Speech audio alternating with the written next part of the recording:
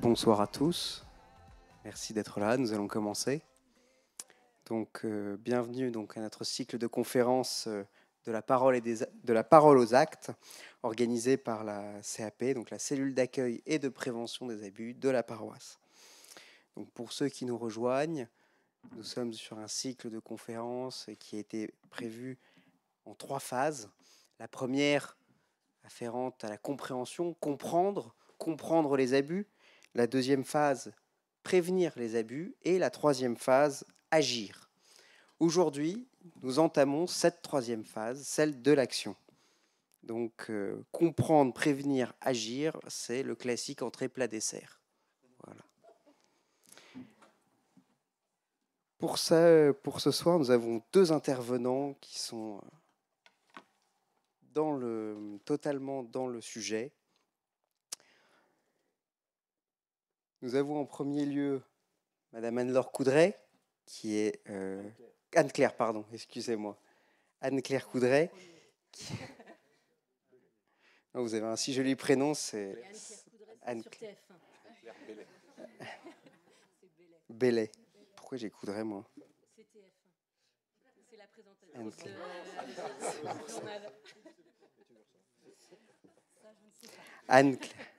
Anne-Claire Bellet, donc qui est déléguée générale du mouvement des scouts et guides de France depuis le 1er septembre 2021. Donc, Madame Bellet a une formation d'économiste.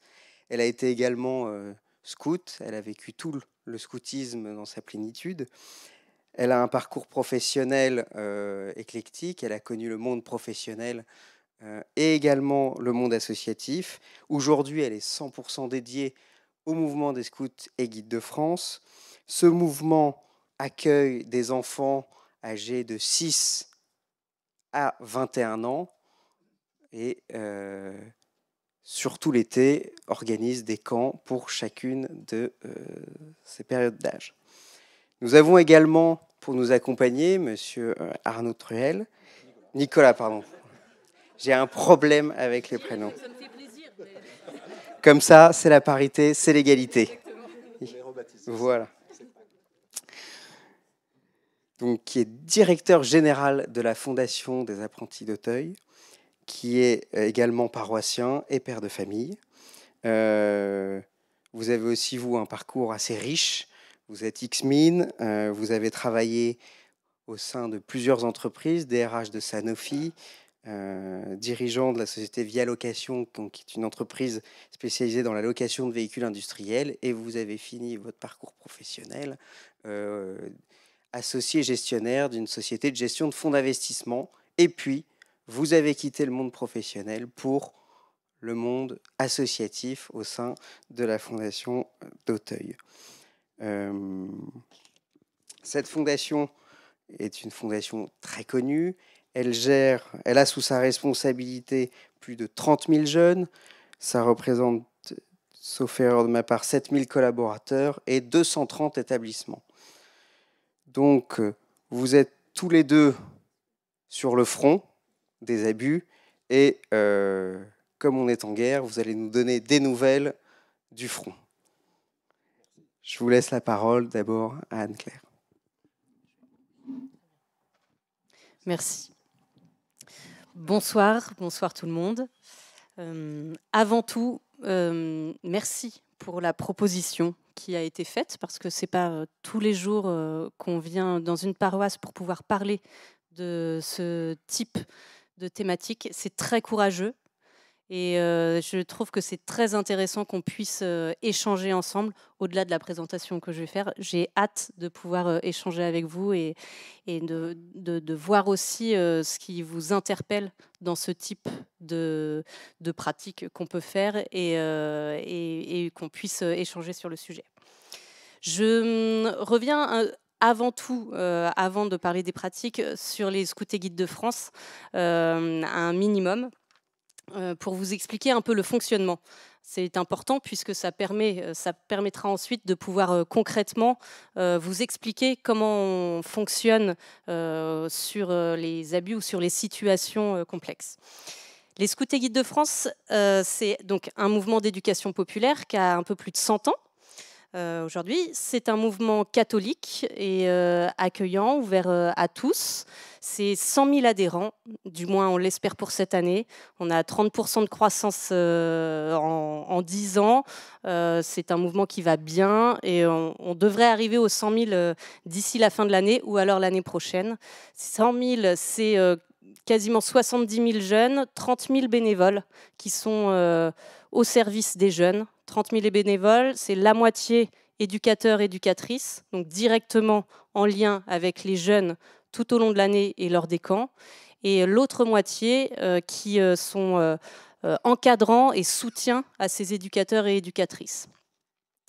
Ce qu'on propose, c'est de faire grandir le jeune, comme tout mouvement d'éducation populaire. Le but du scoutisme, et ça c'est lié à tous les scoutismes, c'est la méthode scout et c'est le même but partout dans le monde, c'est former des citoyens heureux, utiles, actifs et artisans de paix. C'est de cette manière qu'on définit le but du scoutisme et derrière on décline cette envie et cette ambition pour les jeunes.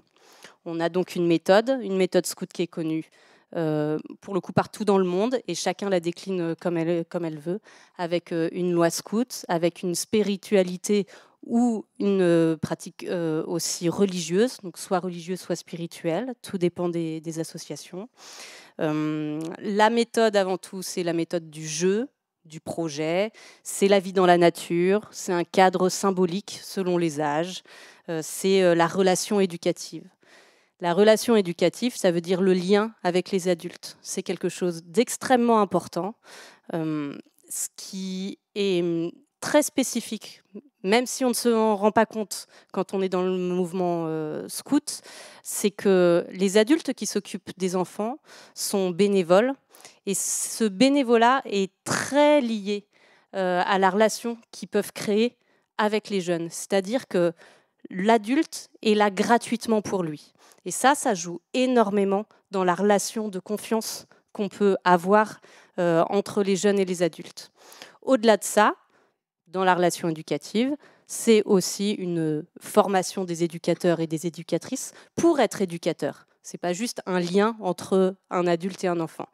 Je reviendrai dessus parce que évidemment que ça fait partie de la prévention dont on va parler ce soir. Forcément, en tant que mouvement d'éducation populaire, on pense à la protection des mineurs et à la protection de l'enfance. Pour ça, il y a 4 piliers chez nous fondateurs sur ce sujet. Un, c'est la vigilance. Je vous expliquerai un peu tout à l'heure comment on y arrive. Vigilance et réaction à la pédocriminalité. 2, la formation et le soutien des éducateurs. Comment on les forme aussi à ça, donc on parle là de prévention. 3, le soutien à la libération de la parole, et ça depuis des années maintenant. 4, la mise en œuvre du cadre légal, et pas d'entre-soi, le cadre légal.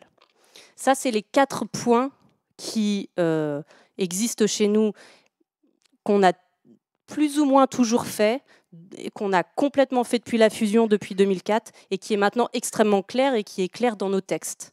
On a une politique qui s'appelle la politique à l'abri de la maltraitance, qui reprend ça et qui reprend également ces 4 piliers. Si on prend la première sur la vigilance, c'est quelque chose qu'on retrouve partout pour travailler sur la conscience en fait, des adultes. C'est dans la formation des adultes. On a un cycle de l'engagement des adultes, des bénévoles, et dans ce cycle, ils sont formés. On retrouve ces ateliers au sein du BAFA, du BAFD, mais aussi dans les ateliers qu'on peut avoir tout au long de leur cycle d'engagement. Ça, c'est quelque chose qu'on garde en tête. Et au-delà de ça, de toute manière, on fait attention à de toute manière respecter la loi sur le taux d'encadrement et les qualifications de chaque personne qui encadre les jeunes.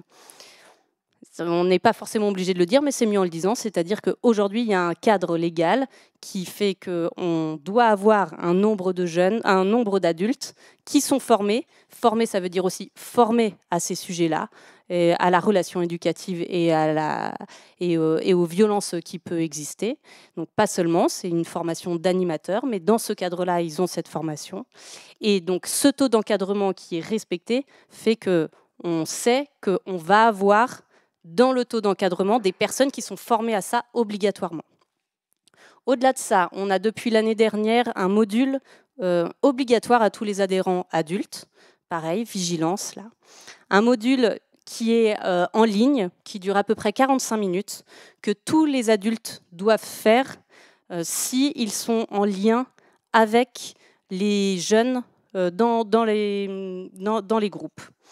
Ce module en ligne reprend l'ensemble des sujets concernant les abus. Déjà, en explication, c'est à peu près le menu de tout à l'heure, où on va être sur l'explication et les définitions de ce que peuvent être un abus, la manière dont ça peut se faire, etc. Et ils finissent le module par un test qui permet de se dire que, en effet, ils ont bien fait ce module, et donc tout le monde a conscience de ce qu'est un abus, ça c'est important, mais aussi de ce qui doit être fait et de comment, en tant qu'éducateur, on est bienveillant.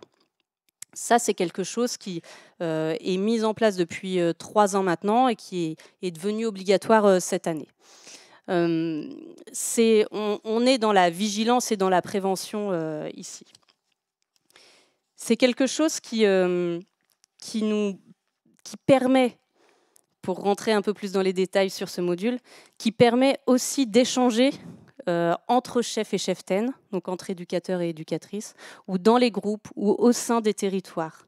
En fait, c'est quelque chose qui, en effet, peut se faire individuellement en face de son écran, mais qui peut se faire aussi en équipe, parce qu'il y a tel ou tel événement et qu'il faut le faire, et donc ils le font ensemble. Et ça permet aussi de pouvoir parler de cette thématique ensemble. Et ça, c'est quelque chose qu'on n'avait pas forcément prévu au moment du module, mais on voit aussi l'intérêt que ça a de faire ce module en collectif aussi. Ça permet de poser les bonnes questions aussi. Et ça permet de poser des questions, en fait, de prendre conscience. Pour aller un peu plus loin sur les pratiques très concrètes, je vais passer, parce que sinon je ne pourrais pas laisser parler Nicolas, donc je vais passer directement un peu à la manière dont on fonctionne quand on a une situation complexe. Aujourd'hui, je vous disais, c'est 100 000 adhérents. 100 000 adhérents, c'est à peu près 1000 groupes, partout en France. On disait tout à l'heure, c'est des jeunes de 6 à 21 ans, mais ils sont par groupe. Donc, en fait, il y a des petits groupes avec des chefs et cheftaines qui sont là. Aujourd'hui, nos situations, et on en a plusieurs centaines par an, ce sont en fait plutôt de la libération de parole qui ne se passe pas au sein des scouts et guides de France, mais ce sont des libérations de parole d'enfants qui expriment un mal-être, qui expriment un abus qu'ils ont eu par ailleurs. Et en fait, on se rend compte, et après j'expliquerai aussi, parce qu'il y a aussi des abus au sein des GDF, mais on est sur des situations plutôt complexes et extrêmement minimes. La très très très grande majorité des retours qu'on peut avoir, ce sont des enfants qui en fait parlent aux chefs et cheftaines. Pourquoi ? Parce qu'il y a une relation de confiance, parce que aussi ils sont éclairés sur le sujet, et donc ils savent aussi réagir. Sur la question de la réaction, c'est quelque chose qui nous fait énormément bouger et qui continue à nous faire bouger, parce que même si on sait réagir, c'est difficile, quand on a 18 ans, 19 ans, qu'on est éducateur, de recevoir des exemples ou des paroles de jeunes qui disent moi ça se passe comme ça à la maison, ou voilà ce que j'ai vécu à l'école, et je ne sais pas quoi faire de ça, et c'est pour ça que je suis mal. Donc ça aussi, on travaille aussi sur ce soutien aux éducateurs et éducatrices dans le quotidien, parce qu'on sait qu'il y a quelque chose à renforcer ici. Les retours, donc très concrètement, la manière dont on le fait, que ce soit parce que dans un camp, on a une situation de violence entre un chef et un jeune, ou que ce soit une libération de la parole d'un jeune qui libère sa parole face à un chef ou une cheftaine, on a toujours la même démarche aujourd'hui, et c'est comme ça qu'on la met en place. On a du coup un chef qui reçoit, ou un adulte qui reçoit ce témoignage. Il ne sait pas trop quoi en faire. C'est toujours extrêmement dur. On a une ligne d'urgence. Alors, que ce soit durant l'année ou que ce soit durant l'été. On a une ligne d'urgence qui est là toute l'année. On a une adresse mail qui est là, qui fonctionne toute l'année. On a une salariée qui est dédiée complètement à ça. Je ne l'ai pas dit tout à l'heure, c'est 100 000 adhérents, 30 000 bénévoles et 140 salariés. Et donc, dans ces salariés, on a une personne complètement dédiée sur le sujet et on a une trentaine de personnes qui sont au quotidien dans l'animation des territoires et des groupes, donc dans l'animation au cœur de cet accompagnement en fait, des groupes et des chefs et cheftaines. Et donc c'est ces personnes-là qui gèrent et qui font le suivi des situations complexes. Donc on a une personne qui ne sait pas trop quoi faire de ça et qui appelle. Elle appelle, elle reçoit, donc elle appelle à toute heure. L'été, on a vraiment une ligne d'urgence pendant 10 semaines, 24 heures sur 24, qui répond. Durant l'année, on est sur une adresse mail dans laquelle on répond dans la journée ou le lendemain et la ligne d'urgence ne marche pas la nuit, mais fonctionne tous les jours. Donc on répond et on a une procédure qui est complètement écrite. Les personnes qui sont derrière le téléphone, ce sont justement ces chargés d'accompagnement, la trentaine de personnes qui sont là et qui travaillent sur de l'accompagnement toute l'année et qui travaillent exprès pour ça durant l'été. Ils ont des procédures, ils ont une formation qui permettent de dire « Ok, on pose ces questions-là, voilà comment ça se passe ». On a un site interne, un site internet qui permet de prendre la situation, qui permet de rendre objectif aussi ce qui se passe à ce moment-là.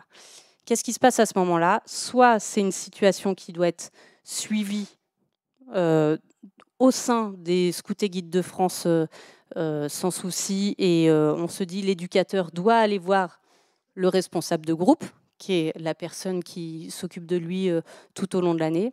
Soit il faut appeler le 119, soit il y a aussi un signalement à faire, soit on ne sait pas trop et donc on appelle le 119 pour savoir ce qu'il faut faire. On a un service juridique aussi si on rentre dans quelque chose de bien plus pénal ou autre. Donc on a des personnes qui sont expertes, que ce soit juridique, que ce soit notre équipe santé, santé mentale, qui sont aussi experts sur le sujet. Et donc on va chercher les gens qui vont, en fonction de la situation complexe, qui vont nous aider à discerner sur le sujet et qui vont aider la personne qui est au téléphone. Donc la personne appelle, elle explique la situation, on peut lui donner des sujets, on peut lui dire déjà à ce moment-là, lui donner des manières de faire ou la méthode à faire, ou sinon on la rappelle et on continue à la suivre. Ce qui est important, c'est qu'on sait aussi que cette personne est à tel endroit et qu'elle est suivie par tel groupe ou par telle personne ou que telle personne l'accompagne. Et donc on va mettre en lien aussi à chaque fois la personne qui est touchée par la situation avec toujours les groupes ou les territoires pour qu'on soit en collectif, pour qu'on soit en équipe face à ces situations-là. Ce qu'on dit toujours dans les procédures, c'est de dire vous n'avez pas à juger de la situation. S'il n'y a qu'un mot à dire, c'est celui-là. S'il n'y a qu'une idée à faire passer, c'est celle-ci. Ce n'est pas à vous de dire si c'est important ou pas important, si le jeune ment ou ne ment pas. Ce n'est pas le sujet. Là, à ce moment-là, le jeune vous dit qu'il se fait battre par son père ou sa mère, ou qu'il a été abusé, parce que ça peut vraiment être ça. Il a été abusé par ça peut être un jeune de 14 ou 15 ans, hein, donc par une amie ou par un ami. Là, vous avez un fait qui dit que, de toute manière, la loi vous dit de faire une situation préoccupante, de faire un signalement. Et ça, on leur explique dans la ligne d'urgence ce qu'il y a à faire, et on déculpabilise de la responsabilité de cet éducateur ou de cette éducatrice. Ce n'est pas à lui d'être responsable de la situation, et c'est à lui de passer la main. Nous, on est des passeurs. Ça, c'est quelque chose qu'on dit vraiment régulièrement et qu'on dit à chaque fois qu'on peut avoir quelqu'un au téléphone. Et ensuite, on suit. Et si on part sur des signalements, sur des situations où on a des informations préoccupantes, etc., on a le service juridique qui va avec. Aujourd'hui, donc on a une salariée depuis 1 an et demi. On a de plus en plus de retours sur cette ligne d'urgence. On continue à se structurer. On voit qu'on a encore besoin de se structurer et on va le faire. On sait que ça va nous prendre de plus en plus de temps parce qu'on cherche à libérer la parole de toute manière. On a encore besoin de se structurer sur cette question. On est structuré au-delà de cette ligne d'urgence, aussi en interne sur nos procédures internes. Et ça sera le dernier point, après je laisserai la parole à Nicolas. Je pense que c'est important. Là, je vous ai parlé notamment de situations que le jeune pouvait nous témoigner plutôt sur des situations externes. Mais en interne, si ça arrive, parce que ça peut arriver, et il faut en être conscient, il ne faut pas avoir peur de ça. C'est quand on a peur de ça qu'on fait mal les choses. Donc, on se dit, OK, on sait que ça peut arriver, parce qu'on est un mouvement d'éducation et que les pédocriminels, ils sont aussi là. Ils vont pas ailleurs que dans des mouvements d'éducation ou là où il y a des jeunes. On a une procédure interne qui est complètement écrite dans notre règlement intérieur, une procédure disciplinaire où en premier lieu, on suspend la personne pour pouvoir faire une enquête interne, donc avec une procédure qui est écrite pour écouter la personne, pour écouter la victime, mais pour écouter aussi l'auteur et pour voir quelles décisions on prend et quel risque on prend ou pas en fonction de la personne, en fonction de la situation. Il est évident que si on parle d'abus, la personne non seulement est suspendue, mais ne reviendra pas définitivement. Souvent, on utilise cette procédure disciplinaire, et c'est pour ça que moi, je ne fais pas la distinction entre abus et autres, mais on utilise cette procédure disciplinaire aussi quand on est aussi dans l'entre-soi ou quand on n'est pas complètement... on peut avoir... je vais trouver un exemple. On peut utiliser cette procédure disciplinaire entre adultes. Ça aussi, c'est important de se le dire. C'est que là, on parle des enfants, mais on a aussi des situations qui concernent un éducateur et une éducatrice qui ont 18 et 19 ans ou 19 et 20 ans. Eh bien, on l'utilise aussi. Je pense que c'est important aussi de pouvoir dire qu'en effet, on ne cherche pas à mettre des cases sur les situations complexes. On a mis un cadre, et ce cadre, il est utilisé pour l'ensemble. Et cette procédure, elle est écrite, nous sommes responsables de cette procédure. Dès qu'on rentre dans des signalements ou dans des situations vraiment complexes, hop, on repasse au côté cadre légal, et de notre côté, on dit on suspend, et on verra ce que donne le cadre légal. Et un autre exemple, si on a connaissance d'une plainte, par ailleurs, que ce soit au sein du mouvement, de l'association ou que ce soit ailleurs, la personne qui est mise à mal dans cette plainte-là, de toute manière est suspendue jusqu'à la fin de la plainte, jusqu'à ce qu'on puisse avoir une réponse. On entend la présomption d'innocence, et c'est une vraie question qu'on se pose régulièrement, Mais avant tout, c'est la protection de la victime. C'est protection de la victime, quelle que soit la présomption d'innocence. S'il y a quelqu'un à protéger, c'est la victime. La victime, la victime. Et ensuite, on fait les enquêtes. On fait ces enquêtes le plus humainement possible. Forcément, c'est complètement difficile, d'autant plus quand on se rend compte que cette enquête mène au fait que la personne qui a été mise en cause n'est pas mise en cause, mais il n'empêche que c'est aussi pour la protéger, elle.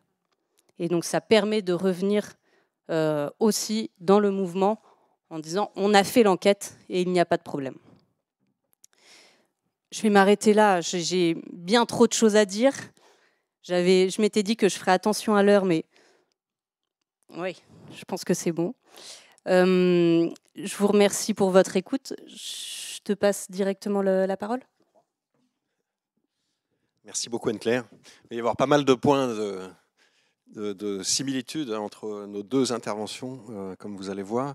Je vais donc moi aussi, de manière assez similaire, présenter un petit peu plus Apprentis d'Auteuil. Merci pour l'introduction importante. Les actions qui ont été mises en place et puis les convictions que j'en tire. Alors moi j'ai effectivement cette double casquette, Apprentis d'Auteuil et puis paroissien de Saint-Honoré-des-Laux, membre de ce groupe qui a organisé ce cycle et puis qui travaille à tout ce qu'on peut imaginer à hauteur de paroisse, comme on se l'est dit depuis le départ. Voilà, donc je pense qu'on a bien conscience, Anne-Claire comme moi, que la paroisse n'est pas les Scouts et Guides de France, n'est pas Apprentis d'Auteuil. Donc c'est d'autant plus facile qu'il y a suffisamment de distance pour pouvoir se dire, bah, il y a peut-être des choses intéressantes, il y a peut-être des choses qui, au contraire, ne nous concernent pas. Alors, pour parler d'Apprentis d'Auteuil, effectivement, Apprentis d'Auteuil a comme caractéristique de s'intéresser et d'accompagner des jeunes en difficulté, confrontés à des difficultés. Alors vous voyez bien qu'avec une définition comme ça, on va large. Simplement retenez que c'est rare qu'une difficulté vienne seule. Et donc on a des jeunes confrontés à toutes sortes de difficultés, bien souvent familiales, économiques, d'apprentissage, comportementales, des difficultés relationnelles, des difficultés d'insertion, d'exclusion, etc., etc. Parfois des situations de handicap diagnostiquées en tant que telles, des situations pathologiques, et en particulier de pathologies mentales, psychiques.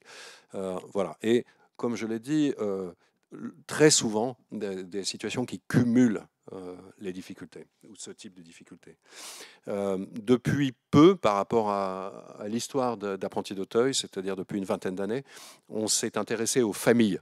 Ceux qui nous connaissent depuis longtemps connaissent les orphelins Apprentis d'Auteuil. C'est pratique, les orphelins Apprentis d'Auteuil, parce qu'il n'y a pas de famille. Donc on va pouvoir s'en occuper, et d'ailleurs on se définit comme la famille.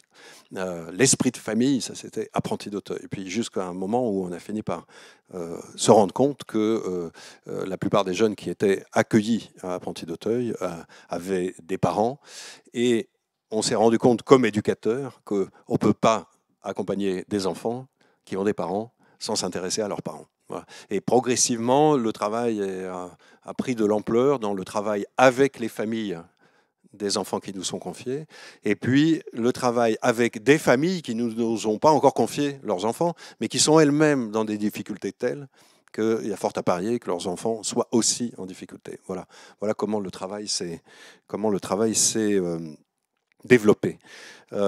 S'il fallait caractériser tout ça, parce qu'effectivement, les chiffres sont là, 30 000 jeunes, plusieurs centaines d'établissements, 300 établissements. Alors vous voyez, quand vous divisez 30 000 par 300, ça fait 100 jeunes en moyenne. Ce n'est pas des gros établissements, hein, parce que quand on a beaucoup de difficultés, ben, on ne peut pas être dans un hall de gare, il vaut mieux être dans des petits effectifs. Il y a 4 types d'activités, ce qu'on appelle la protection de l'enfance. C'est des enfants qui sont placés par décision d'un juge pour enfants. On a entendu le juge Durand, hein, un juge comme le juge Durand, qui décide le placement d'un enfant. Et de plus en plus, sur une multitude de typologies de ce qu'on appelle une mesure de placement. Ça peut être une mesure de placement en internat, ça peut être un placement de jour, hein, l'enfant vient pendant la journée, ça peut être du placement, aussi bizarre que ça puisse paraître, à domicile, c'est-à-dire l'enfant est placé mais il reste chez lui, et c'est les éducateurs qui viennent chez lui, etc., etc. Il y a de multiples formules qui nous ont fait progressivement passer de l'internat, hein, on a tous cette image d'un château à la campagne, voilà, comme disaient nos prédécesseurs, il faut écarter les enfants de l'influence néfaste des villes, voilà comment on a été créé, hein. Et aujourd'hui, au contraire, on comprend qu'il faut aller vers les familles, dans les familles, pour accompagner l'acte éducatif, surtout quand il est difficile. Donc, premier métier, la protection de l'enfance. Deuxième métier, l'enseignement scolaire. Donc là, c'est des écoles, des collèges et des lycées. Qui ont comme caractéristique commune, parce que alors là, la difficulté à l'école, c'est le décrochage, hein, c'est très caractérisé, un enfant qui arrête d'aller à l'école à tout âge. Ça commence même au primaire, hein, des enfants qui, dès le primaire, ne vont plus ou ne peuvent plus aller à l'école. Troisième pôle d'activité, la formation professionnelle et l'insertion professionnelle. Là, c'est des grands, par définition, hein. On est à la fin de l'obligation scolaire. On a entre 16 et 25, parfois même 30 ans. Chez nous, le jeune est de plus en plus vieux. Ça, voilà, les conseils d'administration s'arrachent les cheveux pour savoir ce que c'est qu'un jeune, parce que les équipes ne cessent de dire il faut continuer, on ne peut pas les lâcher comme ça, et ils ont déjà 25, 26, 27, 28, etc. Donc là, le jeune, chez nous, maintenant, va jusqu'à 30 ans. Vous voyez, alors qu'il y a 50 ans, à Ponté-d'Auteuil, c'était 12-18. Voilà. Donc, de la formation et de l'insertion professionnelle, c'est beaucoup de jeunes qui sont à l'arrêt, hein. Il y a un acronyme assez terrible qui est anglais, les NEET, N-E-E-T, qui, je vous traduis l'anglais, veut dire ni en emploi, ni en formation. Ça dit tout, c'est-à-dire devant son écran, dans son canapé, ou pire, hein, dans des réseaux de trafiquants, des réseaux criminels, etc. Donc, il y a 1 million de jeunes comme ça en France, hein. Donc ce n'est pas un petit sujet. Et quatrième pôle, le soutien aux familles, ce que je vous disais, qui est le métier nouveau pour Apprentis d'Auteuil. Et on l'a développé donc, pour les parents des jeunes qu'on accueille dans les 3 premiers types d'activités. Et enfin, pour les parents directement, et là on a des crèches très particulières parce que c'est des crèches très sociales. C'est en général des parents qui n'ont pas accès aux crèches parce qu'ils ne travaillent pas. C'est des mamans seules, et dans un cercle vicieux où je ne travaille pas, j'ai mes enfants, je ne peux pas me former, je ne travaille pas, etc. Donc là, des places de crèche, je peux confier mon enfant et je peux avoir moi-même un parcours d'insertion. Et puis, des structures qu'on a appelées des maisons des familles, c'est des lieux pour des familles en grande précarité qui se retrouvent pour retrouver un minimum confiance en elles-mêmes et pouvoir aller vers les services publics qui sont faits pour elles. La caractéristique des familles en grande précarité, c'est qu'elles se coupent progressivement de tout, par peur d'être considérées comme des mauvaises familles et qu'on leur retire leur enfant et qu'elles rentrent chez nous par la case protection de l'enfance. Voilà. Donc, voilà très très schématiquement ce que sont nos établissements. Alors, contrairement au Scouts et Guides de France, Apprentis d'Auteuil est d'abord une organisation professionnelle. Ça n'a pas toujours été le cas, hein. Historiquement, à Ponté-d'Auteuil, c'était des jeunes devenus vieux qui encadraient les jeunes. Voilà. Donc c'était un système de recyclage à l'infini. Voilà. Et tout ça chapeauté par des pères. Parce que, autre caractéristique d'Apprenti d'Auteuil, c'est une œuvre d'église sous tutelle d'un ordre religieux qui est la congrégation du Saint-Esprit, les Spiritains, qui sont des missionnaires, qui ont trouvé une terre de mission en France qui s'appelle Apprentis d'Auteuil. Voilà. Donc le schéma historique, hein, c'est un Spiritain, patron d'une maison, et dans cette maison, il y a des éducateurs qui sont en fait d'anciens jeunes accueillis qui encadrent des jeunes. Aujourd'hui, c'est un monde professionnel. C'est un monde où il y a des éducateurs spécialisés, des animateurs, des psychologues, des enseignants, professeurs, formateurs, etc., etc., des chargés d'insertion professionnelle. Tout ce monde éducatif, social, c'est énormément professionnalisé, avec des compétences qu'Anne-Claire a très bien décrites, parce que l'éducation, ça, vous avez bien compris que mon parcours n'est pas du tout un parcours éducatif, hein. Moi, j'ai appris sur le tas. Mais ce que j'ai compris, c'est que l'éducation, c'est une science de l'observation. Ça commence en regardant ce qui se passe. Bon, on a entendu le juge Durand nous dire, hein, nous citer Peggy, l'important, c'est pas ce qu'on voit, mais c'est voir ce que l'on voit. L'éducateur, le bon éducateur, il ne cesse d'observer. Voilà. Je ne dis pas qu'il regarde, il observe. Donc, et il voit le comportement de l'enfant, il voit comment il réagit et il interagit avec lui. Donc, des professionnels, œuvre d'église. Alors, œuvre d'église, ça veut dire quoi? Ça voulait dire au départ une œuvre catéchétique. Hein. D'ailleurs, le premier nom d'apprenti d'Auteuil, c'est l'œuvre de la première communion.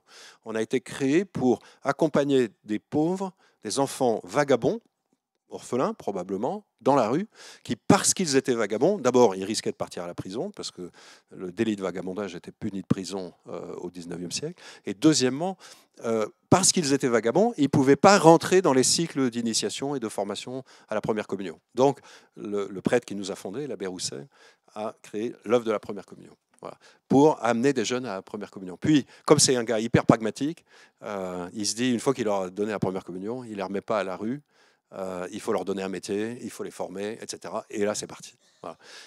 Vous voyez l'enchaînement. Alors, nous est resté non pas l'œuvre de la première communion, même s'il y a des demandes de sacrement et on accompagne des jeunes au baptême, à la première communion, à la confirmation, mais l'idée que dans les besoins fondamentaux, c'est comme ça que parlent les éducateurs, hein, la fameuse pyramide de Maslow, ben nous, dans la pyramide des besoins fondamentaux, on met la dimension spirituelle. Voilà. Après, on parlera de religion. Parce que comme on a des jeunes de tout horizon, on a toutes les religions du monde, on a beaucoup de jeunes migrants. Hein, dans les 30 000 jeunes, il y a à peu près 2000 mineurs migrants qui sont accueillis chez nous. Et donc, ça nous donne à peu près toute la palette des religions existantes sur le globe. Voilà. Vous imaginez bien, du coup, que être catholique, œuvre d'église catholique, bah, ça demande une petite réflexion sur quelle est la proposition? Qu'est-ce que ça veut dire?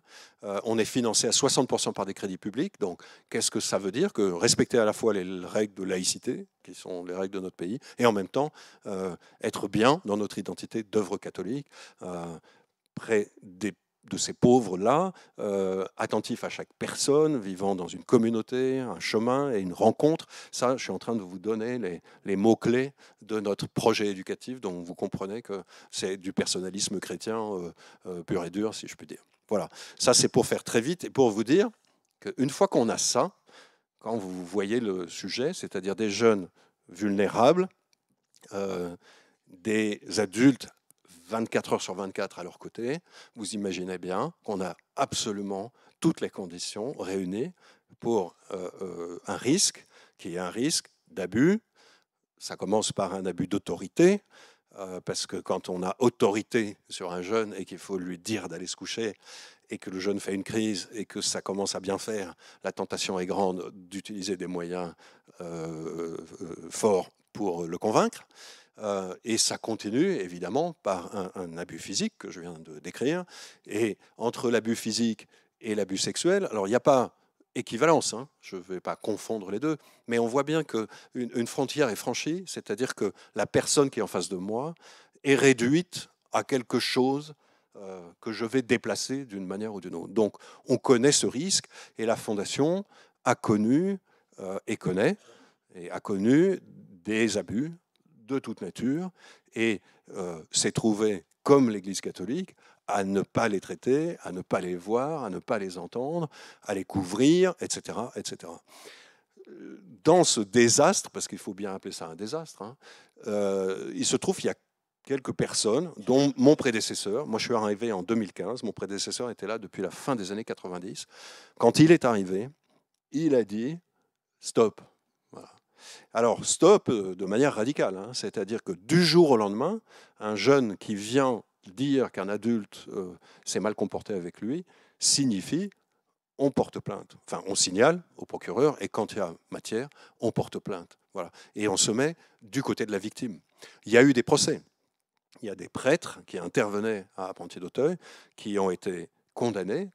Dans certains cas, la Fondation a été condamnée, bien qu'ayant porté plainte, elle a été condamnée, comme par défaut de vigilance et de prudence, elle a été condamnée au civil pour ces situations-là. Donc, ça c'est l'expérience, hein, ça marque les esprits, mais la position qui a été prise de manière absolument radicale a généré un certain nombre de réponses, et c'est à ça que j'en viens maintenant, pour vous dire un peu, à la manière dont Anne-Claire l'a fait pour les Scouts et Guides de France, ce qui est en place aujourd'hui. Alors effectivement, la première chose qui compte, me semble-t-il, c'est d'être totalement au clair sur les antécédents des personnes qui viennent travailler à Apprenti d'Auteuil. Ça paraît une évidence, hein. Ceci dit, le slogan d'Apprenti d'Auteuil, c'est « La confiance peut sauver l'avenir ». Donc quand vous dites que nous pensons que c'est la confiance qui fait que, et que vous voyez arriver un salarié, passe encore, un bénévole qui vient donner son temps, et vous lui dites « Ok, montrez-moi votre casier judiciaire ». Vous voyez ? Alors la confiance, elle est où ? Bon, point d'interrogation. Bon. Ceci dit, moi, je n'ai pas de mal à expliquer, parce que maintenant, j'en suis absolument convaincu, que justement, c'est ça qui donne confiance. C'est qu'il n'y a aucun problème. Parce que si on n'avait pas confiance en vous, vous imaginez bien qu'on n'aurait même pas besoin de vous demander votre casier judiciaire. C'est qu'on se passerait de vos services et on ferait bien. Voilà. Donc, première mesure importante, hein, mais vous voyez bien qu'elle fait franchir déjà un premier cap dans la nature des relations qu'on induit entre les adultes, avant même de parler des enfants. Deuxième élément important, et alors là, on est tout de suite proche de ce qui se fait au Scout et Guide de France, la libération de la parole. La première parole que nous libérons, c'est la parole des adultes. Ça peut vous paraître étonnant, mais le premier phénomène qu'on note dans toute institution confrontée à tout type d'abus, c'est l'omerta, pas seulement des victimes, mais de l'institution. Donc, la première parole qui, chez nous, a commencé à être libérée, c'est la parole des adultes, par un observatoire des incidents et accidents. C'est une incitation, une autorisation à toute personne travaillant à la Fondation de déclarer qu'il a vu quelque chose qui lui paraît grave. Alors, ça peut vous paraître pas très très bien défini, c'est fait pour. Parce que la gravité d'un acte, d'un fait, est quelque chose de très subjectif. Il faut que toute personne qui voit quelque chose de grave se sente normalement légitime à le dire. Pourquoi ? Parce que vous voyez bien que l'inverse, c'est le début de on n'a pas vu, on n'a pas dit, on n'a pas entendu, ce qui nous a été très bien expliqué par Jean-Marc Sauvé et par la SIAZ. Et aussi, parce que s'il y a quelque chose à faire, il faut s'entourer de ces expertises dont Anne-Claire a parlé pour comprendre ce qui se passe et pour voir quelles sont les suites à donner. C'est rare qu'on puisse agir seul, parce qu'il faut interpréter, il faut comprendre, etc. Donc, un observatoire des incidents et accidents graves. Il se trouve que le directeur général reçoit tous les incidents graves. Voilà. J'en ai 3-4 par jour, donc on a à peu près 1 millier d'incidents graves. Il n'y a évidemment pas 1 millier d'adultes qui abusent de jeunes à Apprenti d'Auteuil, je vous le dis tout de suite. Hein. Il n'y en a quasiment pas. C'est des situations, je vais peut-être les compter sur les doigts d'une main, je reviendrai là-dessus, parce que c'est quand même celle-là qui nous intéresse ce soir. Pourquoi je dis ça ? Parce que ma conviction absolue, c'est que si on n'est pas attentif à tout type d'incident, eh ben, on ne sera pas attentif aux incidents très graves. C'est une culture, c'est une manière d'être que de se dire, quand quelque chose ne va pas, je le dis. Mais quelque chose ne va pas, c'est il y a un trou au milieu de la pièce, parce que quelqu'un va se prendre les pieds dedans et on va se faire mal. Il faut dire ça. C'est cette culture-là qui permet de libérer, à mon sens, véritablement la parole. Et surtout, le directeur général que je suis, quand un incident arrive, décroche pas son téléphone pour dire au directeur d'établissement « mais c'est quoi cette histoire ? C'est une catastrophe ». C'est le contraire. C'est-à-dire, moi, j'interpelle les directeurs d'établissement qui n'ont pas eu d'incident grave de l'année. Ça me paraît grave. Parce que c'est peut-être le début d'un renfermement de la parole. Bien sûr, on ne s'arrête pas là. Une fois qu'on a les incidents, il faut rentrer dans une relecture d'incidents.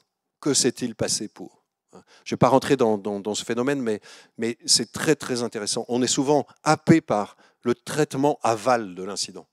On porte plainte, on accompagne la victime, on prévient les parents, etc., etc. Mais remontons. Voilà. Et là, c'est très difficile parce que dans un monde qui veut faire du bien, quand quelque chose de mal arrive, la réaction, quand on dit il va falloir qu'on comprenne comment c'est arrivé, la réaction de tous les participants, c'est de dire on va chercher des coupables. Et instinctivement, on se cabre. Voilà. On n'a pas envie. On n'a pas envie de voir condamner son collègue de travail, de voir condamner l'institution dans laquelle on est. Voilà. C'est comme ça. Et la recherche de la cause et des causes premières, voilà, il y a quelque chose qui freine. Donc là aussi, c'est une culture à développer, avoir cette capacité de dire, analysons ce qui s'est passé. Autre chose qui est importante, et qui, vous verrez, fait franchir un autre niveau, c'est ce qu'on appelle, et la SIAZ en a parlé, la cartographie des risques. Alors, c'est un mot qui, comme ça, pris comme ça, a l'air bien complexe. En plus, il est utilisé dans le monde de l'entreprise, donc on se dit, oh là là, ça doit être un truc, c'est pour les entreprises, hein, c'est des machins pour gagner plus d'argent et éviter de... Apprenti d'Auteuil a mis en place une cartographie des risques depuis une bonne quinzaine d'années. L'Observatoire des incidents, il a fêté ses 20 ans. Hein, donc est venu après la cartographie des risques. De quoi s'agit-il? Nous avons tous dans la tête, en permanence, des scénarios de risque. C'est-à-dire que là où nous vivons, là où nous travaillons, là où nous œuvrons bénévolement, nous avons l'idée d'un truc qui pourrait arriver et qui n'est pas très bon. Voilà. Mais nous l'avons dans la tête. Ce que nous faisons individuellement, c'est de nous protéger par rapport à ça ou de protéger notre environnement. Une cartographie des risques consiste à faire dire ce qu'on a dans la tête pour ne plus en faire juste une affaire individuelle et personnelle, mais en faire une affaire collective et pour se dire ah, c'est super intéressant, toi tu es inquiet de ça, moi je ne suis pas du tout inquiet pour ça parce que moi j'ai une solution par rapport à ça. En revanche, il y a ça qui m'inquiète. Et là, moi je n'ai pas de solution. Voilà. C'est ça une cartographie des risques. Donc, ce n'est pas du tout un outil, j'allais dire, mécanique, technocratique. C'est prendre conscience collectivement des risques qui nous entourent. Voilà. Quel est le risque que le soir, en fermant l'église, notre père curé enferme quelqu'un dans l'église qui passe la nuit là-dedans? Bon, moi je ne sais pas si c'est un scénario de risque du père curé, on n'en a pas parlé. Mais si jamais il a ça dans la tête, quelqu'un qui est spécialiste des serrures anti-panique pourra dire ben, là il y a une solution, aucun problème, etc., etc. Vous voyez comment ça marche. Pourquoi c'est important? Parce que plus on extériorise ces scénarios de risque, plus on va prévenir des situations de danger. Vous voyez que là, on n'est plus à attendre que les choses se soient passées pour les analyser a posteriori, mais on est bien dans la prise de conscience que intrinsèquement, nos situations sont risquées. Voilà. Je voudrais rajouter quelque chose qui me tient pas mal à cœur. À Apprenti d'Auteuil, on a appelé ça « penser et agir ensemble ». Plus ça va dans le travail que nous faisons avec les jeunes, plus nous voyons, et il y a des phrases comme ça qui sont utilisées un peu comme des ritournelles, hein, ce que tu fais pour moi, si tu le fais sans moi, en fait, tu le fais contre moi. C'est-à-dire, tout ce travail éducatif, s'il n'intègre pas l'enfant, le jeune, comme partie prenante de son action, voire même de sa conception, à la fin, il finit par se retourner contre l'éducateur et donc contre le jeune. Voilà. Donc, on est de plus en plus dans des démarches participatives jusqu'à la conception même de nos activités, de la pédagogie, des actions éducatives. Et vous voyez bien que ça, c'est de nature, je pense, à renforcer cette libération de la parole, cette capacité à ce que les jeunes eux-mêmes indiquent où sont les risques de ce que nous faisons avec eux. Mais, quand vous faites ça, quand vous demandez aux adultes qui travaillent avec les jeunes, de donner la parole aux jeunes, de leur donner du pouvoir d'agir, il faut aussi que les adultes qui sont là soient eux-mêmes avec du pouvoir d'agir. Il ne faut pas qu'ils soient sous une hiérarchie qui leur donne des ordres descendants et qui ait complètement limité leur capacité d'action. On a fini par appeler ça, à Apprenti d'Auteuil, la symétrie des attentions. Si je ne suis pas attentif à la qualité de vie au travail d'un éducateur spécialisé, comment je peux lui demander d'être réellement attentif à la qualité de son geste éducatif avec les jeunes. Alors, on ne va pas en déduire des relations de cause à effet, hein, mais un management autocratique où, et on s'est rendu compte que c'était plus souvent ça le problème, un management absent, c'est-à-dire un directeur d'établissement qui n'est pas là, qui n'a pas le temps, qui est absorbé par 250 groupes de travail, la rencontre avec les autres directeurs d'établissement, etc., etc. Il n'est pas là. Il laisse l'éducateur seul. Et l'éducateur est seul face à un jeune qui pète un câble, etc., etc. Face à cette violence, le risque d'une réponse violente, sans supervision, accompagnement, est d'autant plus grand. Donc, cette symétrie des attentions nous paraît essentielle. Voilà. Je dis ça parce que à la paroisse, on a des groupes scouts, on a un patronage, on a des enfants de chœur. Donc, on a des adultes en contact avec des jeunes. Et je pense que dans la réflexion qu'on devra avoir, c'est, bien sûr, qu'est-ce que ces adultes-là font de bien avec les jeunes, comment leur parole est libérée, comment, etc., etc. Mais aussi, comment est-ce que nous nous comportons avec ces adultes? Comment on leur donne des ordres ou comment on leur libère leur propre parole pour qu'ils soient en capacité de dire « franchement, là, ça ne va pas, j'en peux plus, c'est trop fatigant, c'est trop difficile ». Voilà. Ça me paraît assez essentiel. Voilà quelques outils, j'allais dire, quelques pratiques. Je voudrais terminer par quelques convictions, mais ça doit vous paraître relativement évident. Le risque de maltraitance existe dès que une relation dissymétrique se met en place. Un adulte, un enfant, un fort, un faible, un maître, un élève, un accompagnant, un accompagné. Et elle est là, voilà. Pourquoi ?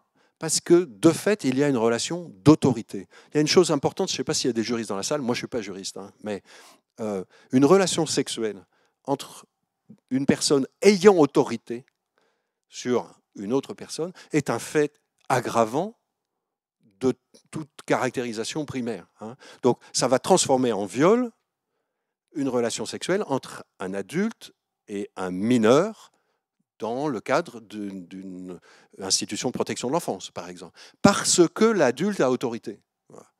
Parce que dès que l'adulte a autorité, la relation soi-disant consentie est complètement déformée. Parce que l'autorité fait que je dois quelque chose à celui qui a autorité sur moi. C'est très difficile de ne pas respecter cette autorité. Voilà. Deuxièmement, un continuum existe entre abus de pouvoir, abus de conscience, abus physique. Ça a été dit, redit et re-redit, mais je le constate, on enchaîne assez vite les situations et l'une favorise l'autre. L'abus de pouvoir dans un établissement est un risque en tant que tel pour un abus physique dans le même établissement. Une chose qui est terrible et que je vérifie, c'est que les systèmes institutionnels portent en eux-mêmes, c'est ce que je disais tout à l'heure à propos de relire les incidents, hein, portent en eux-mêmes leur propre défense, au risque de se protéger plus que de protéger ceux qui leur sont confiés. C'est là, comme ça, et on l'entend, hein, il y a des phrases, on privilégie l'institution sur la mission. Voilà. Il y a un moment où on dit, oui, d'accord, il faut sauver l'institution. Pourquoi il faut sauver l'institution? Parce que s'il n'y a plus d'institution, il n'y aura plus de mission. Donc on ne peut pas privilégier la mission. Ah oui, mais c'est embêtant, parce que la mission, c'est protéger les jeunes. Donc si on ne protège plus les jeunes pour sauver l'institution qui protège les jeunes, vous voyez le genre de sophisme dans lequel on arrive. Mais on l'entend, hein, on l'entend. Donc c'est réel. Et alors la SIAZ l'a mis en évidence, mais je pense qu'il faut simplement se dire que le risque est là. Il est là. Et puis je termine par quand même, ce qui pour nous est absolument déterminant, c'est que l'agression sexuelle d'un adulte sur un enfant, a fortiori sur un enfant qui est là pour être protégé, c'est la négation même du sens d'une œuvre éducative. Autrement dit, à la fin, ça détruit absolument tout. Et je pense, hein, on voit régulièrement des reportages sur des associations de protection de l'enfance où on voit un adulte qui tape un enfant. C'est diabolique. C'est absolument diabolique. Et au passage, l'association qui a été filmée en caméra cachée, c'est terrible pour elle. Mais je peux vous assurer, c'est terrible pour nous. Hein, parce que du jour au lendemain, Qui a envie de venir travailler dans une association de protection de l'enfance quand on voit ce qui se passe à la télé? Vous n'avez pas envie. Pareil pour un EHPAD, pareil, etc., etc. Donc, la négation de la mission, c'est ça qui est la conséquence de ces abus. Voilà. Je termine vraiment en disant, il y a des outils. Il faut que dans la paroisse, on y réfléchisse. Souvent, on se dit, et je le disais au début, est-ce que finalement, ces outils, ce n'est pas de la paranoïa en grande taille, quoi, hein. On va se méfier de tout le monde et comme ça, ça ira mieux. Je ne crois pas. Moi, je crois que, bien au contraire, tout ça, c'est très conforme, j'allais dire, à l'Évangile et à la Bible. D'abord, la loi protège. Elle protège qui? La veuve et l'orphelin. C'est quand même écrit, noir sur blanc. Donc, au début, c'était comme ça. Donc, c'est pas dangereux d'y revenir, puisque c'est ça qui nous a structurés. Et pour moi, fondamentalement, tous ces outils sont au service du lien relationnel de qualité. Bien plus qu'ils ne vont pas développer la défiance, ils vont développer la confiance entre les personnes. Ils donnent le cadre sécurisant dans lequel il peut y avoir des relations confiantes. Voilà. Et puis je terminerai en disant, moi j'ai été frappé de la coïncidence entre le scandale des abus dans tous les pays, dans toutes les églises catholiques de tous les pays, et les démarches synodales. Parce que pour moi, j'ai vraiment la conviction que la démarche synodale, celle qui libère la parole, qui associe tous à l'élaboration d'un projet commun, eh ben, c'est ça qui est la réponse positive au scandale négatif des abus, c'est-à-dire qui redonne à toute personne sa place, en particulier aux victimes. Alors là, pour le coup, apprenti d'auteur, il en est bien passé, hein, parce qu'une bonne partie des enfants que nous accueillons sont victimes, déjà, hein, avant de venir chez nous. Donc, la place aux victimes, une pastorale des victimes, et dans un esprit où la position de chaque personne a sa valeur. Et moi, c'est mon espoir, c'est mon espérance, même plus exactement, pour l'Église, c'est que de cette catastrophe absolument terrible naisse ce chemin ou cette vision synodale qui nous donne d'autres qualités de relation. Et je pense que c'est possible.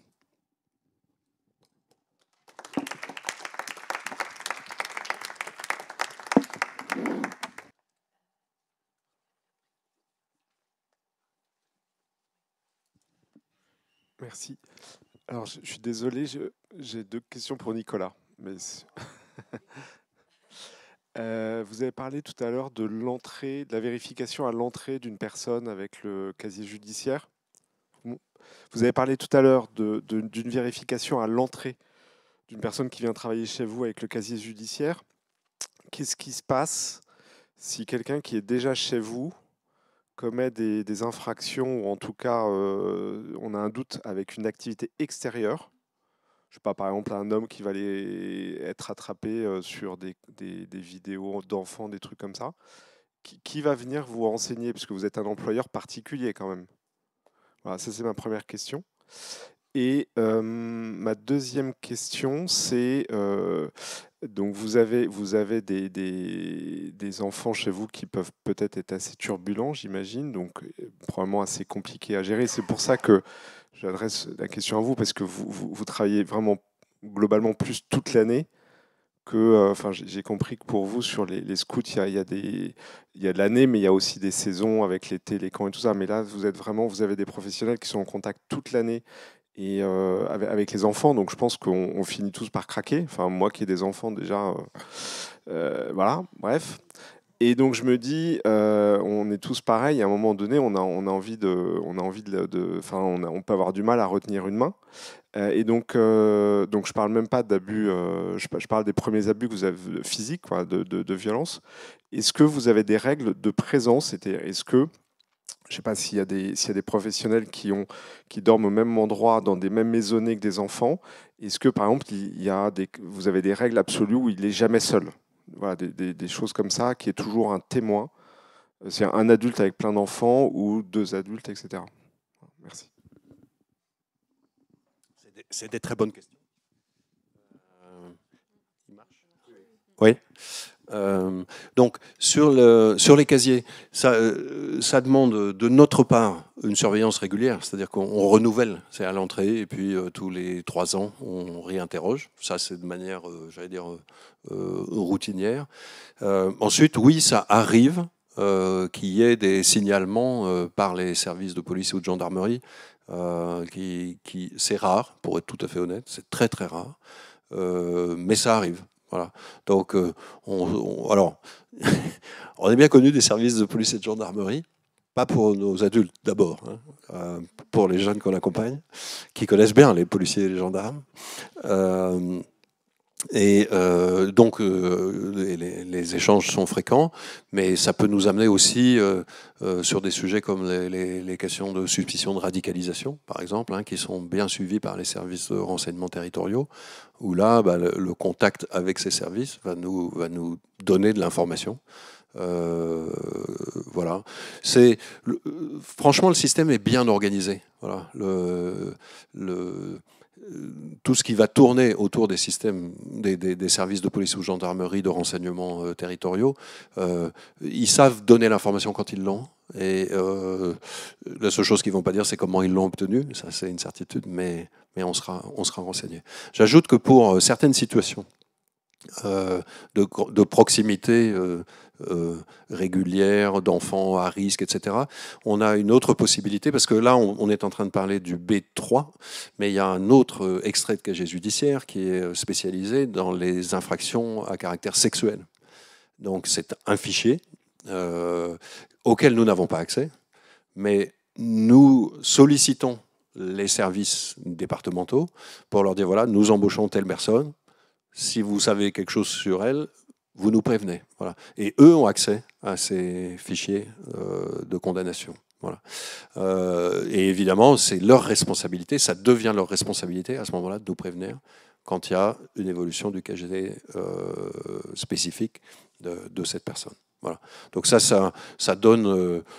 alors, ça ne donne absolument pas toute garantie. Hein. Tout à l'heure, j'ai dit qu'on avait peut-être entre 5 et 10 cas d'incidents déclarés chaque année où un adulte a eu, alors on connaît l'expression, hein, un comportement inadapté, ça commence comme ça, et puis ça continue par des faits de violence, voire des tentatives ou des agressions sexuelles. Donc ça existe. Là, on a exactement le même processus aval que ce qu'a décrit Anne-Claire, c'est-à-dire suspension immédiate, signalement, enquête, etc. etc. Et là, pour le coup, c'est rentré dans les mœurs, dans l'idée que ça protège tout le monde. Hein. Même la présomption d'innocence. C'est pas si évident que ça, on voit bien encore aujourd'hui, hein, c'est l'idée. Et puis, j'ai connu déjà des situations de chantage au suicide. Hein, attention, si on fait ça, est-ce qu'il va pas il est déjà pas en forme, alors vous vous rendez compte, etc. etc. Bon, heureusement, on est bien conseillé. Hein, pour se dire, ces situations-là demandent cette réaction immédiate, systématique, voilà. Et plus elle sera systématique, moins elle sera au détriment de la présomption d'innocence. Parce que c'est pas parce que monsieur est plus ou moins supposé coupable. Non, c'est comme ça, voilà, du jour au lendemain. Voilà. On a eu un cas, il n'y a pas très longtemps, hein, d'une dénonciation calomnieuse. Donc, une lettre anonyme d'un éducateur, concernant un éducateur qui dit ce monsieur-là abuse des enfants du foyer X. Voilà.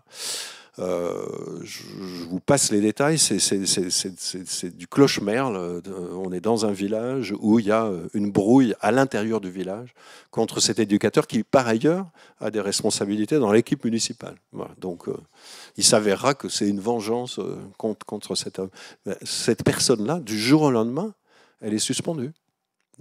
C'est terrible, hein, parce que on est en plus dans un cas déjà dramatique. Hein, déjà dramatique. Il a eu à souffrir de cette situation déjà.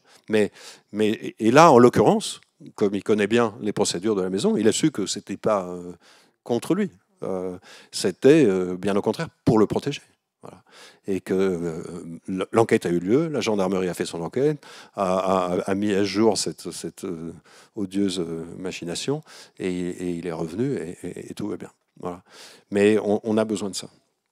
Voilà. Sur les enfants turbulents, comme vous dites, je suis en train de j'ai noté que le début de votre question, donc ah oui, est-ce qu'on garantit toujours la présence de 2 adultes? Non, non. On n'a pas toujours physiquement la possibilité d'avoir 2 adultes qui se promènent côte à côte. C'est pas vrai. Quand on a des surveillants de nuit, parce que la nuit on a des surveillants de nuit, il y en a un qui fait sa ronde et il est seul quand il fait sa ronde. Hein. Donc on n'est pas en mesure d'avoir en permanence un qui surveille l'autre. Donc c'est le système n'est pas à ce point renforcé. La réalité des situations fait que c'est plutôt l'exception qui va être ce cas-là que je viens de décrire, et il est simple, hein, on le comprend. Et vous imaginez 2 adultes qui rentrent dans les chambres, 2 adultes qui sortent, etc. etc. Il est plutôt par exception. La plupart du temps, il y a plusieurs adultes avec plusieurs jeunes. C'est le commun des situations, même dans les classes. Hein. C'est rare maintenant dans les classes qu'il n'y ait pas un enseignant, un AVS, un AESH maintenant, un éducateur spécialisé pour un enfant, etc. etc. Donc c'est très rare qu'on ait un adulte seul, mais on n'a pas systématiquement, à tout moment, 2 adultes. Donc c'est pour ça qu'il faut que cette situation-là, par exemple, qui va être décrite comme un risque, voilà, un adulte seul, qu'est-ce qu'on a comme processus pour éviter, prévenir des situations. Et ça, on apprend à le faire, hein, c'est-à-dire la rotation des responsables, des chefs de service pendant la nuit, donc quelque chose qui va dire tu n'es pas surveillé en permanence, mais tu n'es pas sans surveillance pour autant. Voilà. Donc, encore, ce qui est sûr, hein, c'est que on comprend, sinon on n'aurait pas d'incident. On comprend qu'on n'est jamais sans risque. Hein. En revanche, on peut à chaque risque, à peu de choses près, associer une réduction du risque. Voilà. Et dès qu'on a fait cet exercice, je pense qu'on a 2 fois réduit le risque, parce qu'on l'a rendu conscient. Et en le rendant conscient, on évite... Voilà. Moi, il y a, dans les cours de prévention des risques, il y a quelque chose qui m'a toujours beaucoup marqué. À part les cas suicidaires, et malheureusement il y en a, est-ce que ça ne vous surprend pas? Alors, progressivement, on va voir cette situation disparaître parce que le métro est automatisé et qu'on met des cloisons. Est-ce que ça ne vous surprend pas qu'aux heures de pointe, on ait 1000 personnes au bord d'un quai quand un train arrive en gare et qu'il ne se passe, en général, rien? Voilà. Pourquoi? Parce que tout le monde a conscience du risque. Donc, il ne se passe rien. Il n'y a plus de danger parce que tout le monde a conscience du risque. Je pense que, toute proportion gardée, bien sûr, cette conscience du risque, parce qu'on l'évoque, parce que régulièrement on en parle, réduit le risque immédiatement.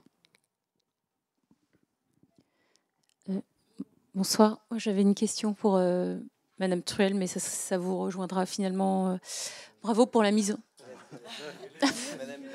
Alors, je viens chapeauter le tout par une bourde pas possible. Excusez-moi. Dans la mise en place de votre procédure et de ce processus, avez-vous été accompagné par un organisme externe ou l'avez-vous fait dans un entre-soi? Première question. Et deuxième question, quand il y a une suspension, une suspicion, quid de la confidentialité et quid de la communication? Parce qu'il y a certes présomption d'innocence, mais quand on suspend quelqu'un, il y a toute l'imagination qui galope, des bruits qui courent, et ces mots-là, ils peuvent tuer aussi. Tout à fait. Merci pour la question. Alors, pour la première question, ça s'est fait petit à petit dans le temps. C'est-à-dire qu'on a commencé par créer une commission sur les maltraitances. notamment par le conseil d'administration, donc il y a une quinzaine d'années maintenant, qui s'est enrichi, qui s'est enrichi avec des experts, avec des allers-retours avec nos avocats. On a des avocats hein, aussi chez les Scouts et Guides de France, j'imagine aussi à la Fondation de toute manière. C'est aussi par le judiciaire qu'on a pu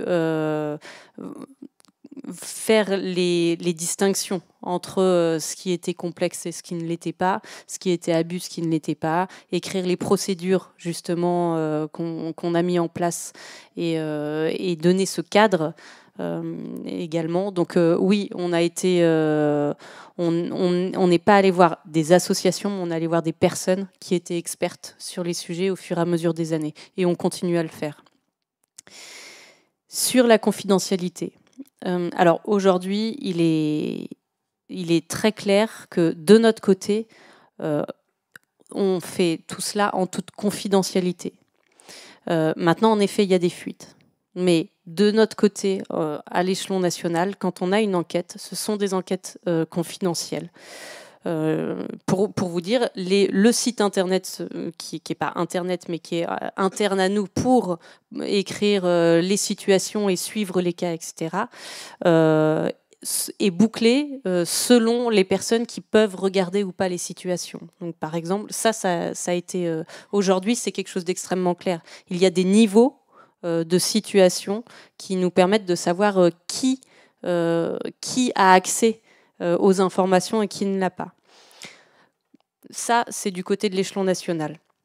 Maintenant, quand on va voir un éducateur ou une éducatrice en lui disant tu es suspendu parce qu'on a eu tel cas ou tel retour, lui-même peut en parler, lui-même va en parler à d'autres éducateurs ou éducatrices, ils vont aller chercher des informations, etc. Et ça, c'est encore extrêmement dur à jauger. Et autant il y a des endroits où les personnes savent que c'est ce qui est fait au sein de l'association et donc le prennent forcément personnellement, mais comprennent la situation, autant d'autres ne la comprennent pas et donc le vivent extrêmement mal et vivent aussi extrêmement mal le fait qu'il y a des on-dit.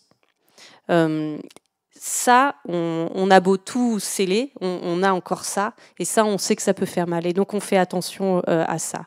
Quand on envoie le projet de suspension, on téléphone à la personne, on lui dit que c'est confidentiel. Quand on fait le courrier, c'est à la personne et c'est seulement à cette personne-là. On fait vraiment extrêmement attention. Mais il est évident que pour des personnes, il y a beaucoup de situations pour lesquelles ça reste confidentiel. On a vraiment des situations où on accompagne la personne à dire « Ok, tu es suspendu, donc tu dois partir. Tu peux donner n'importe quel sujet pour dire que tu ne seras pas là dans les prochains mois. » Mais il est évident qu'il y a quelque chose qui se sait par ailleurs dans d'autres situations, et ça, c'est dur à appréhender. C'est d'autant plus dur quand il y a un collectif. On peut suspendre plusieurs personnes pour certaines situations. Et là, on a des cas où, en effet, on a même les parents des éducateurs et éducatrices. Il ne faut pas oublier qu'ils ont 17, 18, 19 ans, donc plutôt 18, 19, 20 ans, que c'est aussi une histoire de famille hein, chez les scouts, et qu'on a des vraies pressions des parents des éducateurs en disant... On peut reparler aussi de cas de tension en disant qu'ils sont au bord du suicide, etc. Là où on est obligé de dire, on entend, mais avant tout, protection des mineurs. Avant tout, on a une victime ou une potentielle victime et on ne peut pas faire autrement. C'est extrêmement dur à entendre et c'est une pression, aussi une pression pour les accompagnateurs.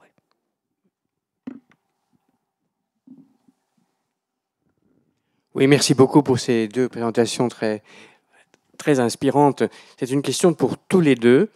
Vous avez bien rappelé que dans chacune de vos associations et institutions, les jeunes sont au centre du projet éducatif. Mais nous avons appris dans des conférences précédentes que les jeunes eux-mêmes sont soumis à des influences, notamment pornographiques, qui sont très dures.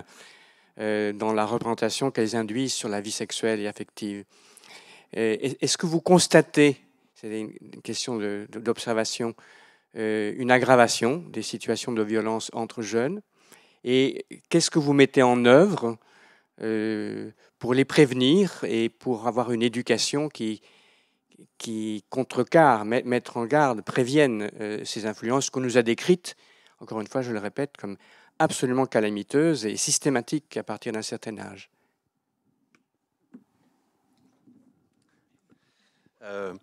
Dans les 1000 incidents graves qu'on reçoit ou qui sont émis chaque année à Ponty-d'Auteuil, la très grande majorité, 80%, est le fait de violences des jeunes entre eux, voilà. Ou des jeunes sur les adultes. Voilà. Les jeunes sont les émetteurs de la violence. Voilà. Alors après, dans les 20% où ce sont des adultes impliqués, s'il y en a très très peu qui sont des adultes de la Fondation, c'est qu'il y a des adultes extérieurs, voilà, et qui ne se gênent pas pour venir chercher les faibles là où ils sont, parce que c'est ça le problème, hein. Et donc là, on a des problèmes extérieurs qui viennent à l'intérieur, y compris d'ailleurs des réseaux de prostitution. C'est grâce à cet observatoire qu'on a fini par comprendre que des incidents qu'on croyait être des fugues, ce n'étaient pas des fugues, c'était des jeunes filles qui partaient embringuer dans des réseaux de prostitution. Voilà. Donc ça, c'est juste pour effectivement dire que l'essentiel des phénomènes de violence sont causés par les jeunes eux-mêmes et les 3/4 des jeunes sur les jeunes. Et à l'intérieur, on a violence physique et verbale. L'insulte tient bien la corde, là. L'insulte, la violence physique et la violence sexuelle. Et donc, le lien alors, nous avons une réponse éducative au phénomène de violence. On le prend dans son ensemble, parce qu'on pense, à tort ou à raison, que c'est un phénomène avec diverses manifestations, mais c'est un phénomène. C'est un phénomène de violence, de maîtrise de soi, d'éducation, de représentation, hein, des relations entre les personnes, qui fait que je suis le chef, je suis le caïd, donc je domine, et je domine par la violence, etc., etc. Donc il y a des réponses à proprement parler éducatives, qui vont d'ailleurs commencer si jamais on en est dans la séquence au phénomène de violence. La première question difficile, c'est la sanction. Voilà. Quelle est la sanction? Quelle est la sanction proportionnée? Et quelle est la sanction qui en elle-même n'est pas génératrice de la violence suivante? Donc là, il y a beaucoup de réflexions. Notre travail, il bouge, il innove en permanence, pas à la manière d'un chercheur de laboratoire, mais quand même avec quelque chose d'assez réflexif sur l'analyse des situations, l'analyse des pratiques, pour comprendre ce qui est en jeu, ce qui est efficace et ce qui ne l'est pas. Voilà. Et notamment, quel lien on peut faire entre les traumatismes qu'ont vécu les enfants et les jeunes et la violence qui est générée. Parce que là, déjà, on voit qu'on débobine quelque chose et on sort du cycle de la répétition infernale. Voilà. Alors là-dedans, la pornographie, c'est une entrée de violence en tant que telle. Voilà. Et effectivement, c'est une entrée à grands bâtons, hein, toutes portes ouvertes par les réseaux sociaux, avec un premier sujet, qui est de l'usage du smartphone. Bon. Donc, le sujet de confrontation numéro 1 dans les foyers et les internats d'Apprenti d'Auteuil, c'est quand est-ce qu'on a le droit d'utiliser son smartphone. Voilà. Merci, Monsieur Blanquer, d'avoir interdit le téléphone au collège. Ça ne suffit pas. Parce qu'évidemment, à la sortie du collège, on s'y remet. Bon. Et il n'y a pas seulement la pornographie, hein, il y a plus généralement l'addiction aux écrans, aux jeux, qui en eux-mêmes sont des jeux violents. Et quand on dit addiction, hein, c'est-à-dire des enfants de CM2 qui passent la nuit à jouer, hein, et on les repère parce qu'ils dorment en classe. Voilà. Et alors après, il faut comprendre ce qui s'est passé. Voilà, dernière fois que j'ai vu ça, et il avait piqué sa mère pourtant retirait les piles des manettes de sa PlayStation, mais il avait piqué les piles de son grand frère. À mon avis, le grand frère avait donné les piles à son petit frère. Et voilà, du coup, il dormait en classe. Donc là, on est dans un phénomène addictif de grande taille. Je ne sais pas si vous avez vu, il y a une enquête qui est sortie il n'y a pas longtemps là, qui dit que les enfants de 2 ans, en moyenne, en France, voient 1 heure d'écran par jour. En moyenne, comme il y en a qui sont à 0, hein, vous voyez ce que ça peut donner. Donc, et comme on sait que c'est un phénomène addictif, voilà, on a commencé à les faire boire, si je peux dire, à la naissance quasiment. Bon.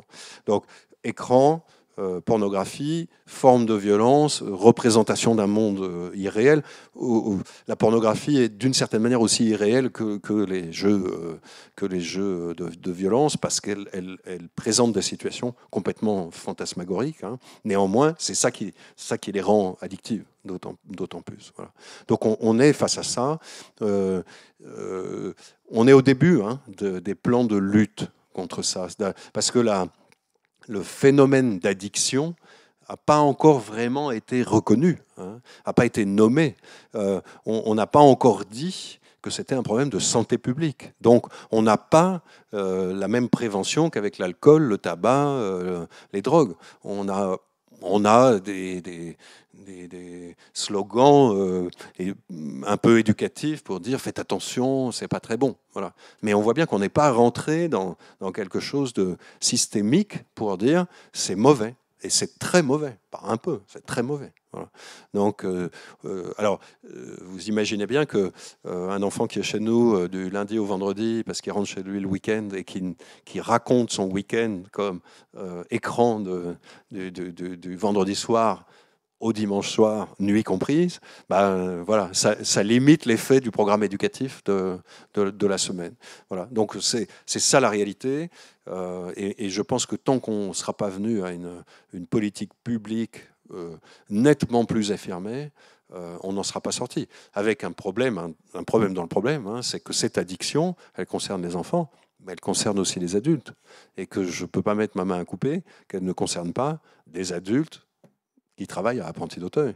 Ça, c'est pas marqué dans les casiers judiciaires. Hein. Donc, on a un phénomène où on a des adultes qui sont pas très clairs par rapport à l'usage des écrans. Voilà. Donc, a fortiori, alors ça, s'il y a une chose que des enfants en grande difficulté ou en souffrance ressentent très très bien, c'est quand un adulte n'est pas lui-même clair par rapport à la règle qu'il impose. Alors ça, c'est immédiat. Ça se voit, ça fait des trous dans les murs. Quoi. Ça déclenche des réactions absolument terribles. Voilà. Donc c'est encore aujourd'hui pour moi un problème qu'on a devant nous, voilà, qu'on commence à traiter, mais qui est devant nous.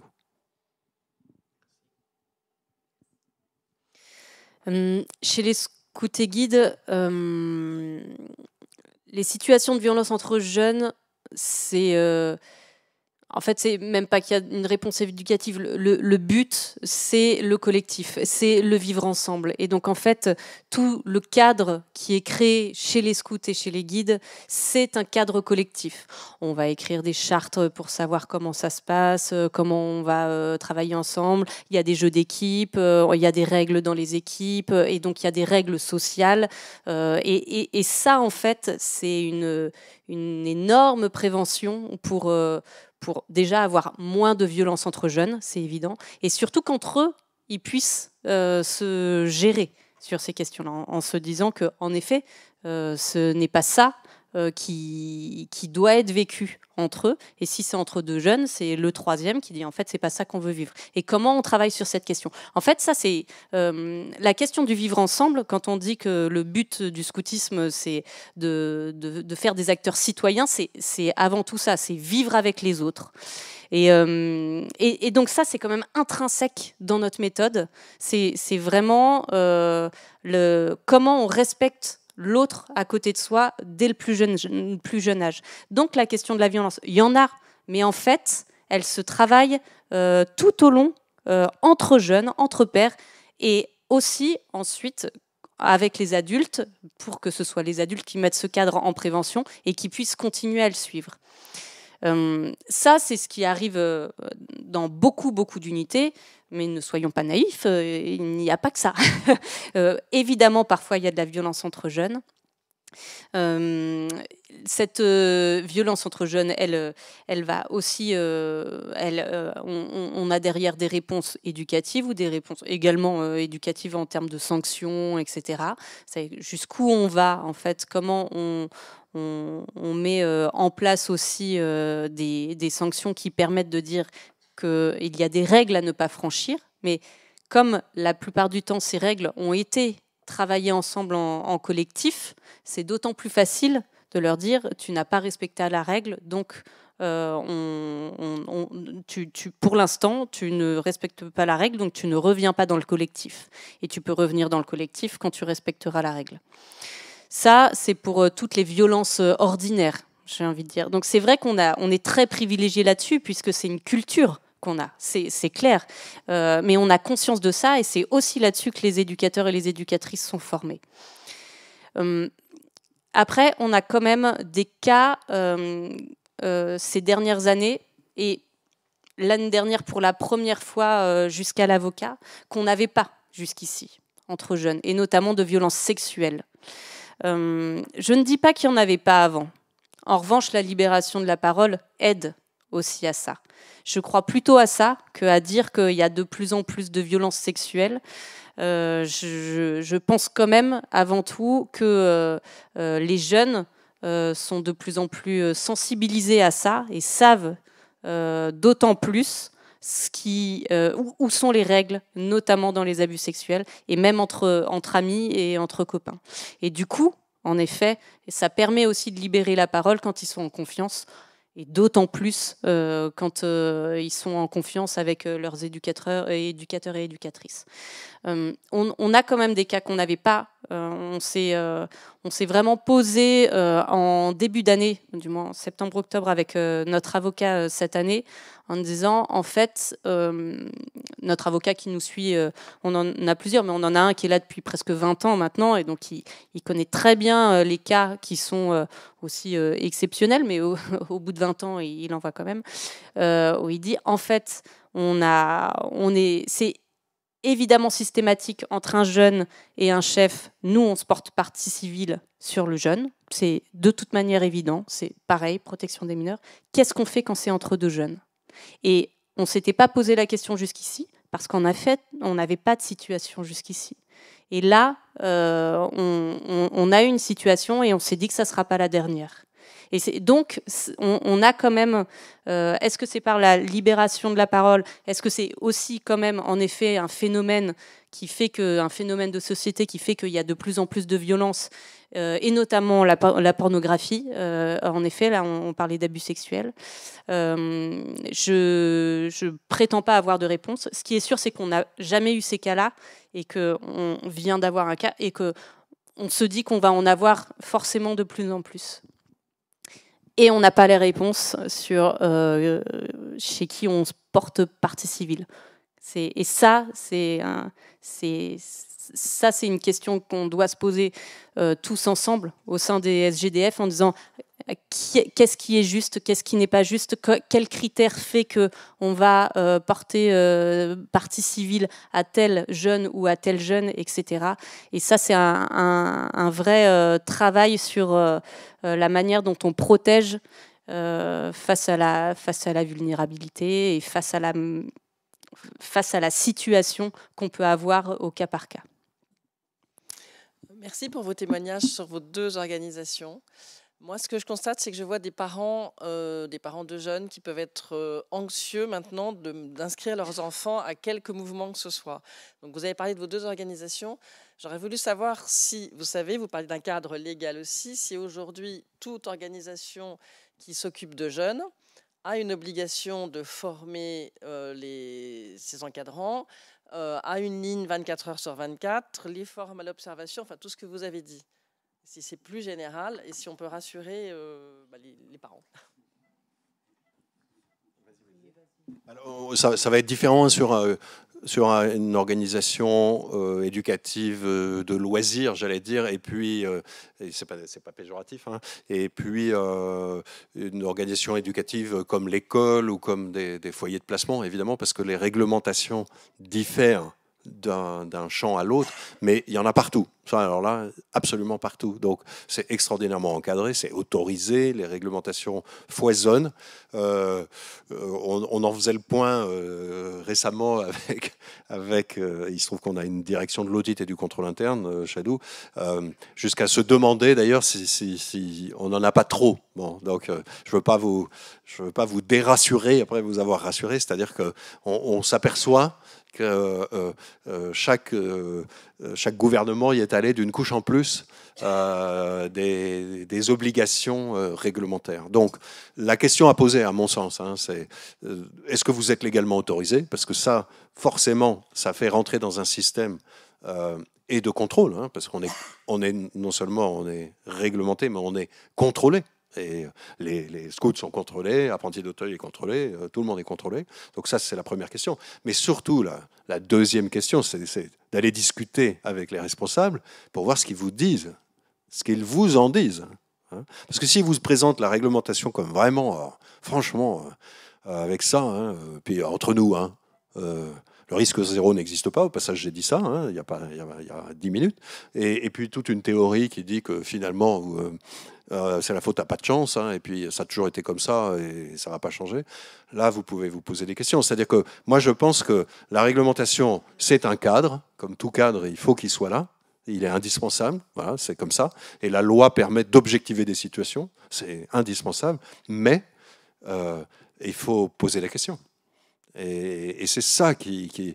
Parce que je pense aussi que en faisant ça, vous jouez votre rôle dans la cartographie des risques. Voilà. Vous comprenez que si alentour, on nous dit non, franchement, alors on n'en a rien à faire. Hein. On vous confie notre enfant, mais alors, ça, pour nous... Bon. Ben, la petite musique qui dit qu'on a des choses plus importantes que ça, voilà, je sais pas quoi, hein, la couleur du fanion, bon, bah, elle est là, hein, et puis encore une fois, les institutions se défendent, elles veulent survivre, etc., etc. Si les parents jouent leur rôle et coopèrent au passage, hein, coopèrent. Parce que souvent, c'est pas ça, hein, c'est pas de la coopération, c'est de la méfiance, de la défiance, et on a aussi peur de l'institution que l'institution a peur des parents. Donc là, franchement, on n'avance pas.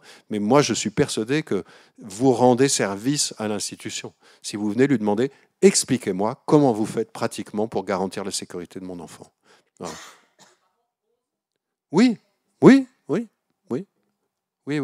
Et on a eu ici Édouard Durand, hein, qui a dit c'est pas compliqué, hein, la prévention. Il faut pouvoir dire à un enfant est-ce qu'il y a quelqu'un qui t'a fait du mal?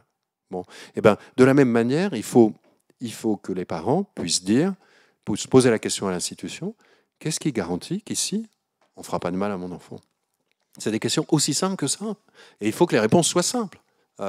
Et bien sûr, comme on l'a fait là, face à des phénomènes nouveaux de violence qui débordent complètement la société tout entière, qu'on soit capable de dire, là, on est en train de chercher, aidez-nous. Hein.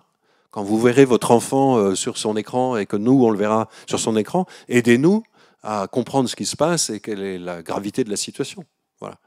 Parce qu'on a des tas de situations sur lesquelles, voilà, quand on a vu apparaître les phénomènes de prostitution des mineurs, c'est pas vieux, hein, c'est 2017 dans les établissements d'apprentis d'Auteuil. Bah, jusqu'alors, on n'était pas prévenu par rapport à ça. Aujourd'hui, on a compris qu'il y avait un risque. Et on sait que ce risque, il existe beaucoup. Hein.